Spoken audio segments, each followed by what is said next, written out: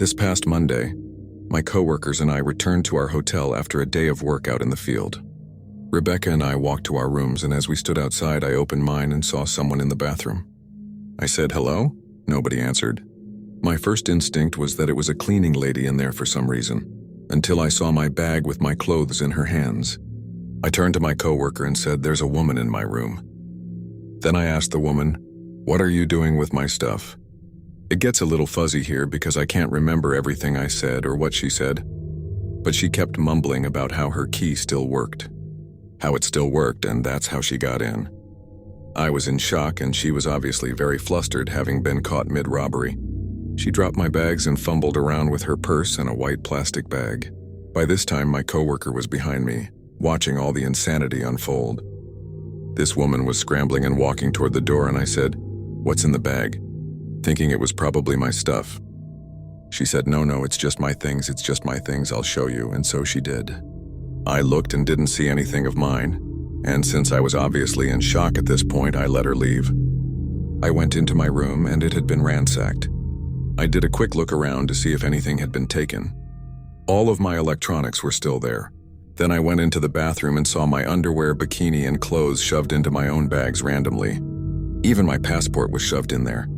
Then I looked on the counter and saw that she had gotten into my medication. I'm not sure what was going through my head at that moment other than, I want it back. So I ran out the door to try and find her. I ran to the laundry room downstairs and out to the sides of the hotel, but I didn't see her. I realized I was never going to find her, so my coworker and I went down to the lobby to tell them what happened. And then we called the police. We went back up to my room to wait, and I noticed a metal bat on my bed. Just a little larger than one of those novelty wooden bats you can get at a baseball game, but with a flashlight on the end. She must have left it behind in her hurry. She also left behind a necklace that must have fallen out of her bag while she was scrambling with mine. I was mostly freaking out at this point because I thought she'd gotten away with my medication, which I really need. The police arrived, took our statements, and looked around the room. One thing I noticed was that there were bits of drywall in the sink, and I pointed that out to the cops, but none of us really knew where it came from. We started checking the door and windows to see if she had pried her way in somehow, but there was nothing. So we kind of just went with the idea that she had a spare key or something, even though the hotel front desk was adamant there was no way that could be. The officer brought 2 more officers as backup because they thought the woman might still be nearby. But after taking our statements, there wasn't much else they could do, so they left. I sat down to finally make some calls to tell people what happened, and while I was on the phone, I kept thinking about the drywall in the sink. It just didn't make sense. I was looking at the drywall and then at the mirror above it, and then it hit me. I got my coworker and asked her to help me pull at the mirror on the wall. We took the mirror down and there was a hole behind it. A hole just big enough for a desperate junkie to squeeze through. I asked Brian and Rebecca if I should call the cops again and let them know what I found. My boss said, "There are still 2 cop cars in the parking lot." So I went down to tell them. The female cop kind of rolled her eyes, but the younger guy said, "I'll come check it out." They both came back up, looked into the hole, and found a pillow, blankets, cigarettes, clothes, toothbrushes. This woman had been living in the wall behind my mirror for God knows how long. She had access to me in my room at all times. It might be hard to picture. There was a crawl space about 2 feet wide between the 2 rows of rooms. One of the officers called the original cop to come back and take photos. She explained the situation to him, and all I heard over the radio was, "No fucking way." He came back, took pictures, and was just as mind-blown as the rest of us. Obviously, we packed up and left immediately. What's even crazier is, she had probably been there for a long time. The last time we stayed at this hotel, I would randomly smell cigarette smoke and just assumed someone was smoking in their bathroom and it was traveling through the vents. But no, a junkie was smoking just on the other side of my mirror. She had access to other rooms too. The holes in the walls were from an old renovation, and the hotel hadn't properly patched them, just covered them with mirrors. She could have been hanging out in people's rooms while they were gone. Anyway, this was insane, and I'm taking a little time off. I live in a major city in Texas. My apartment complex is gated and in a good neighborhood, but the security isn't extremely tight. Sometimes the gates are left open, and anyone could piggyback off someone else entering with the access code. Maybe twice in the past 3 years, the management has put out notices of vehicle break-ins or other items being stolen from porches. We also have frequent door-to-door solicitors, even though there are signs forbidding it. Okay, so this particular Friday evening, I went to bed around 2:30 a.m. For some odd reason, I was having trouble getting to sleep, so I put on a podcast to listen to and eventually started to doze off. I became aware of a noise that sounded like a clicking sound, but it seemed like one of my upstairs neighbors making some noise. I kinda zoned this out as I'm used to my neighbors staying up late on weekends. After about 30 seconds, I realized the noise was extremely repetitive and getting louder. I then started focusing on it more intently, trying to isolate what it could be and where it was coming from. Suddenly, it hit me. It was coming from the entrance to my apartment. I leapt out of bed and headed to the foyer. I identified the noise right away. The lock mechanism was moving back and forth rapidly, like someone was trying to unlock the front door. I could hear that an object was inserted in the lock, and the person was jimmying it back and forth with a lot of force.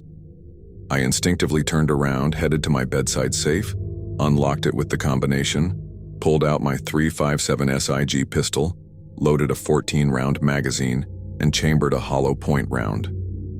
I headed back to the door, and as I exited the bedroom, I saw the lock twist and unlatch.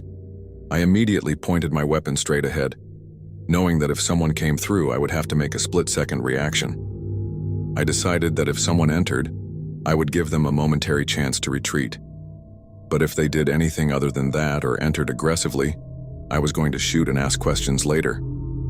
They didn't enter, however, because I had also locked the deadbolt, inside only.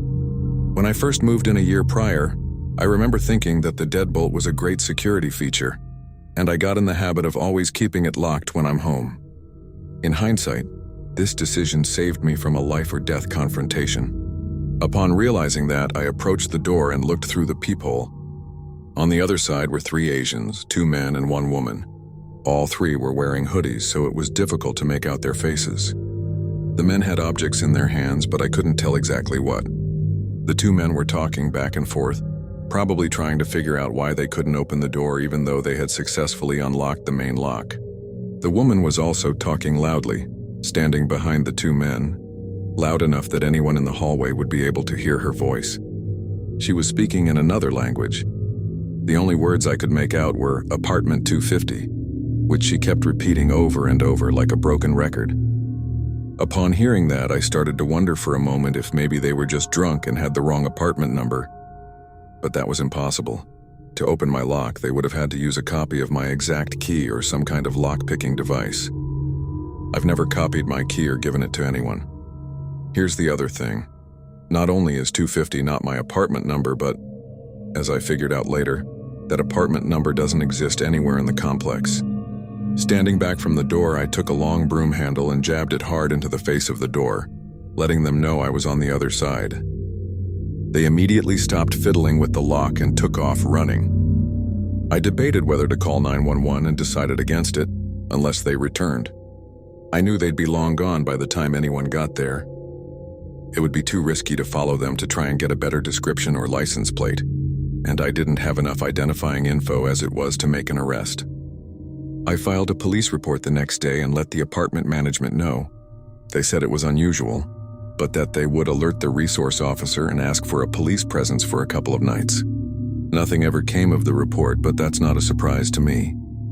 It's been 7 months since this happened and no further incidents. Nobody else in the apartment has reported anything similar. I don't think they'll be back, but one precaution I took was to buy a smart lock for the deadbolt, so I can leave that deadbolt always locked from the inside, even when I'm not home. It's crazy to think that the deadbolt was the only thing between myself and an armed confrontation with intruders. They say you don't really know what you'll do in those situations until it actually happens. But I can honestly say I'm proud of how I stayed calm and was mentally prepared to defend myself. If there's one good thing that came out of this, it's that I feel confident I responded the right way and was ready for the unthinkable. So it all ended a couple of months ago, and I only now feel comfortable sharing it. For background, I'm a 24-year-old woman living in Australia, and I work at an establishment that caters to an adult audience. One night, as my shift is coming to a close, one of the patrons asks to buy me a drink, which I accept because employer policy. I talk him up to a couple of expensive drinks for the two of us, have a quick conversation, and then make my excuses about my shift being over, but suggest he come back to see me soon. I feel his gaze undressing me in his mind as he licks the splash of his drink from his upper lip. He stands up and with this creepy grin asks to walk me to my car. Now I'm no idiot. I know never to put myself in that position, so I politely decline and tell him I might see him next time. I walk out past our biggest bouncer and the guy doesn't follow me. Great, nothing extraordinary, just standard par for the course in my profession. But sadly, this isn't where our story ends. For this creep, it's only just the beginning. I'm off for a week after that night, but when I come back into work, I'm told a patron has been coming in every night for the last week asking for me, says he wants to buy me another drink. Naively, I think, oh great, a bigger pay this week and get set for my shift. The night rolls on, and who should roll in but our man of the hour? He asks for me, right? So I saunter over and he buys me a drink. The whole time I'm sitting there with him, he just has this creepy grin on his face. Not like a sexual undressing creep grin, that's just normal. No, this was the kind of grin where he knows something you don't, and is very pleased with himself about that fact.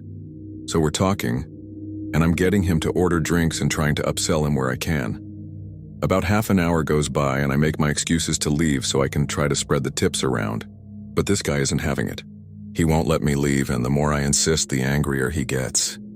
He's practically hissing at me by the time I give a look to one of the bouncers, who promptly comes over and diffuses the situation, giving me an opportunity to walk away. Phew, crisis averted. The bouncer doesn't throw him out, just gives me a buffer. So this guy starts following me around the place, even attempting to walk into an employee-only area. That's when another bouncer finally notices and kicks him out. I finish my shift and walk over to my car. There he is, I shit you not, sitting on the bonnet of my car. How he knew it was my car, I will never know. He wants me to give him a ride and tells me how sexy I look. He's spewing greasy slimeball creep lines at this point, and I'm not interested. I try to give him a hint nicely and decline to give him a ride, but again, he just turns mean and grabs me by the arm, insisting I give him a ride. I tell him to fuck off and jam my key into his shoulder as hard as I can. He lets go and I push him with all of my might so he falls down. I jump in my car, lock the door, and shove that key into the ignition. He's back up and banging on the window angrily, trying to get in. And I mean hard. So hard I think his hands or my window might break. I gun the accelerator and I'm out of there. When I get 5 minutes down the road and I'm sure I'm not being followed, I pull over to the side and call back to work. I tell them what happened and alert them that the other girls need to be careful leaving that night. As I hang up the phone, I break into tears. Now, this isn't my first rodeo. I've been grabbed before, and the sad truth is I probably will be again. But you never get used to it, you know? I eventually compose myself, pull back onto the road, and head home. I cry myself to sleep. Next morning, word has gotten around and the owner calls me to make sure I'm okay. I assure him I am, but he insists I take some time off in case this creep comes back. He wants to put some distance between us, which makes sense. A week goes by, then two. He's coming in every night, asking about me and being told I quit and don't work there anymore. A lie to get him to stop coming in. But he just keeps showing up, clearly not buying it. Then suddenly, 2.5 weeks in, he stops. Great. I'm really needing money at this point, so I'm happy to go back to work the following week. Time goes on and everything seems to go back to normal. Same old chancers, but the good kind that lead to higher paychecks. Abusive guy doesn't come back in. I'm happy. I start being forgetful, though. I think I leave a door closed when I leave the house, but it's open when I get back. Lights on or off. Food left out. Things ending up in different places than I remember putting them, sometimes moments before. I think I'm losing it, but it's probably just the stress of everything that's gone down. One of my close friends who works with me reassures me that it's normal after being grabbed like that and that it'll pass. This keeps up for a month until one day I head out to work, get 15 minutes down the road and realize I forgot some clothes I'll need that night. I head back home only to find the lights in my front room on and the TV clearly visible from outside. I really am losing it. Good thing I came back, I guess. I head inside, grab my stuff, make sure to turn the TV off and the lights out and head to the door. Suddenly, I freeze. There, standing, blocking the door, is the creep that grabbed me. I'm stunned, jaw on the floor. Then, after what feels like a lifetime of standing in silence, just staring at each other, him smiling that fucking smile, I scream. What the fuck? I'm screaming at him to get out, asking what he's doing here, how he knows where I live, all in one panicked jumble of words. He just stands there with that grin while I loudly freak out. But stupidly, I'm not moving. I start gasping for air in a mix of panic attack and pure disbelief. Then he decides to speak. The words ooze out of him and they chill me to the bone. Welcome home, honey. You're back early. A switch flips in my brain. I throw everything I'm holding at him and sprint to the back door. I'm out of here. I leg it faster than I ever have in my life, screaming bloody murder as I go. No one helps. Stupid, apathetic society. I hide in some bushes around the corner, tears streaming down my face, gasping for breath. I check my pocket. My keys are still there. No phone, though. I threw that at stalker creep along with everything else. I sneak back to my house, jump in my car, and nope the fuck out. I head to work, tell them what happened, and call the cops. Cops head to my house and send others to my work. Stalker guy is gone when they show up. They search the house and turns out he's been living in my crawl space. I'm paranoid, but that's what all those doors, lights, and misplaced things were about. I pack up whatever I can fit in my car while the cops are still there and I drive. I haven't been back since. I moved states. New job, new place, new everything.